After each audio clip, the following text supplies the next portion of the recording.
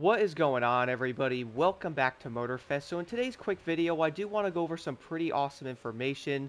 Now, we all do know the Hoonigan update is indeed coming December 6th, which I honestly cannot wait for. But we also are going to get the quality of life improvements coming to the game that are going to fix a lot of stuff that many people have been asking for, including myself. I will also leave a link in the description if you guys want to check this out. It is also going to be on the official Ubisoft website. The first thing, though, I would say is going to be a huge one. The ghost cars, you can now toggle them to on and off. I would say this is going to be a huge thing because a lot of players obviously get annoyed with them, including myself. For example, when doing the feat recently in the summit, guys, I was noticing you can barely get around the corner.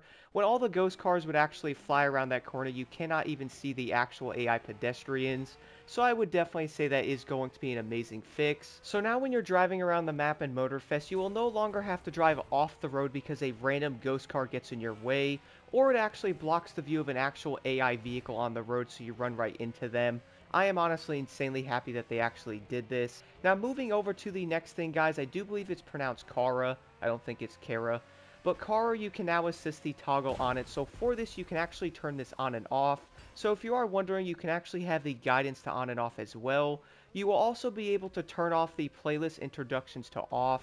And finally, you can also use the extra voice lines to off as well. If you are wondering, this can all be done in the settings, which I will be covering this in the patch next week. So definitely stay tuned for that, plus additional information. I would say being able to do this is great. Like, I do understand being able to have, like, the voice on at all times is probably going to be slightly helpful, but a lot of players have most likely done pretty much everything they can, and they have probably done every playlist. So every time you actually launch a playlist and hear, alright, what do you want to pick now, driver? It's like, I think I know what I want to drive now. I would probably say being able to turn that off is awesome. I really do think many people were asking for that, but the next thing, guys, makes me so dang excited, like I can't even lie. Part switching is now coming in Season 2, so like the Crew 2 where you can actually bring over an entire set to a different vehicle with a click of a button, you can now do that in Motorfest, at least, you know, on December 6th in the update. I am honestly really happy for this because I have a lot of different like part sets active, so trying to change them out honestly takes way too dang long. But similar to the Crew 2 though, guys, let's say you actually have a full chemist set on, let's say, a Lamborghini, and you actually want to run that said nitro chemist set on like a Ferrari, but that Ferrari is going to have an actual loot digger set on it. When you go to change that set over, it is basically going to move that set back to the other one, and that way the sets don't actually get deleted or like you have to go through each one and basically go through the entire menu to actually change the parts out. I would say this is going to be a great feature, and I really was pretty dang surprised not seeing this in the game on release, but I am really happy that we actually have it now because it's going to be so much easier to use part sets. And now moving over to the next thing is going to be the reward flow rework. This actually has to do with the main items you get from a set event at the end, which I would say a lot of players have probably got annoyed with how long that actually takes.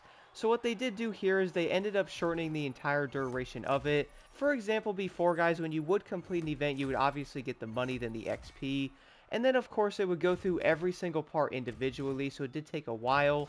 And I would say if you are grinding, you most likely are not going to stay for that. The difference now is they're basically going to show everything on one screen right there. That way you don't have to go through like 3 or 4 different screens to see like the parts, and you also don't sit there for 5 minutes. And then for the next thing, guys, I am going to read this one off. It does say the livery reporting. So we are bringing some changes to the livery reporting in Season 2. We have changed the rules for moderation to create a fairer system. As an example, we have reviewed the criteria for liveries to be deleted. We are also going to be bringing a confirmation pop-up to players in the livery menu to avoid the accidental reporting. There will be more changes to which we will elaborate more on this in the patch notes, which of course I will be doing videos on all of this, guys, next week as well. So do stay tuned for that. Now, I'm not going to lie, I don't know a ton of the livery issues going on, but do let me know more of that stuff in the comments below. Then, of course, the next one is a pretty interesting topic, macros/cheating. We are already addressing some of these issues with the latest update on October 25th. In Season 2, we will be adding the extra modifications linked to the rewind and accessibility options. We are also going to be working on the long-term changes to the following: better control the experience to avoid activities that can be too repetitive, but also allow to gain experience and bucks on the long run. The second one is going to be improve the global experience of these activities for all players to create a more balanced one.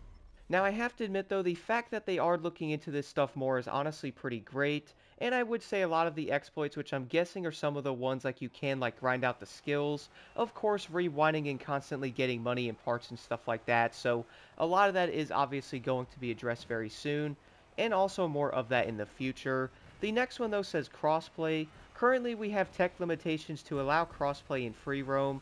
For the time being we are not looking to add this feature in free ride. Now a solution to this is most likely going to come down to adding additional PvP game modes into the game itself.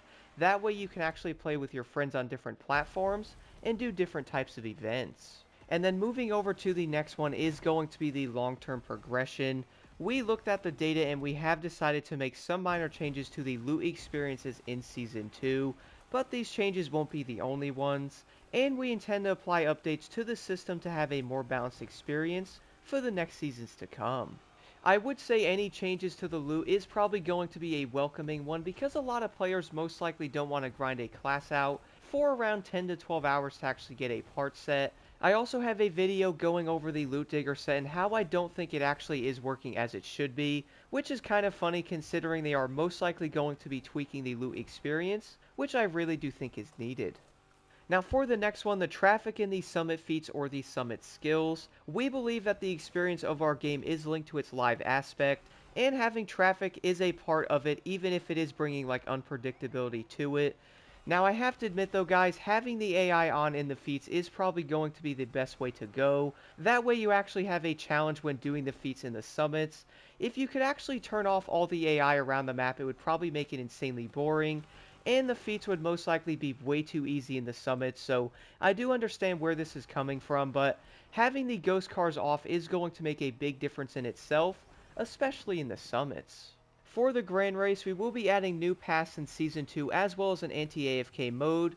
For the Grand Race, we will be adding new paths in Season 2 as well as an anti-AFK mode, and it also mentions that they are going to be going further in the next seasons for PvP, so I would probably say guys, we are indefinitely going to see like new game modes added, but they are most likely going to improve the set experience already, which I have to admit is not a bad thing. We do see some games adding new things into the said game before it's even fixed, or they actually look at different things in that game before even fixing that one, so I actually would say this is probably going to be a good thing.